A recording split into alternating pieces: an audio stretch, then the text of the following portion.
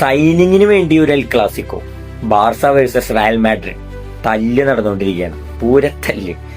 ആർക്ക് അവസാനം റോഡ്രിയെ ലഭിക്കുമെന്നതാണ് ചോദ്യം.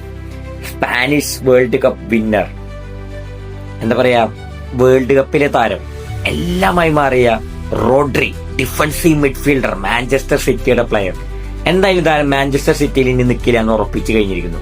താരം എന്തായാലും കൂടുമാറുമെന്നുള്ള കാര്യം ഉറപ്പായിരിക്കുന്നു. പെപ് ഗാർഡിയോളയും കൂടി പോയതോടുകൂടി കൺഫേം ആയിരിക്കുന്നു. എവിടേക്ക്, അതാണ് ചോദ്യചിഹ്നം. ആദ്യം full rumours Real Madrid personal ടീംസിൽ വരെ എത്തി എന്ന് വരെ വന്നിരുന്നു.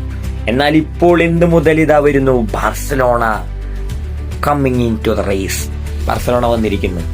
റോഡ്രിയെ സ്വന്തമാക്കാൻ ബാർസലോണ ഒരു റീ എൻട്രി നടത്തിയിരിക്കുന്നു. So Barcelona versus Real Madrid clash, ഒരു എൽ ക്ലാസിക്കോ പോരാട്ടം നമ്മൾ സൈനിങ്ങിന് വേണ്ടി നടക്കുന്നത് കണ്ടുകൊണ്ടിരിക്കുകയാണ്. ഇപ്പോൾ ഇന്നു മുതൽ ബാർസ ആക്റ്റീവായി ടോക്ക് ചെയ്യുന്നുണ്ട്. കാരണം അതിനുള്ള കാരണം റോഡ്രിയുടെ പല ഫ്രണ്ട്സും സ്പെയിൻ ടീമത്തെ റോഡ്രിയോട് ബാർസലോണയ്ക്ക് വരണമെന്ന് അഭ്യർത്ഥിച്ചിരിക്കുന്നു.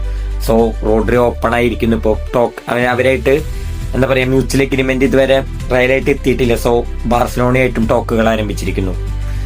It would be a blast El Clasico, അങ്ങനെ തന്നെ വേണം പറയാം. ആർക്ക് അവസാനം കിട്ടുന്നവന് ലക്കാണ്. ലക്കല്ല, അവരുടെ ടീം ഡെപ്ത് ഡബിൾ സ്ട്രോങ് ആക്കും.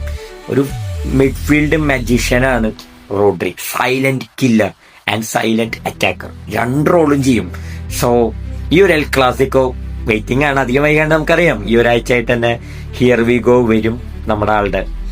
സോ എങ്ങടായിരിക്കും ഹിയർ വി ഗോ വരാന്നാണ് നമ്മൾ വെയിറ്റ് ചെയ്യണം. Barcelona or Real Madrid, just wait and see few more days. Excitement ഒക്കെ ഒന്ന് ഒതുക്കി വെച്ച് വെയിറ്റ് ചെയ്തോ. അധികം നാളുകൾ ഇനി ബാക്കിയില്ലേ, നമുക്കറിയാൻ പറ്റും.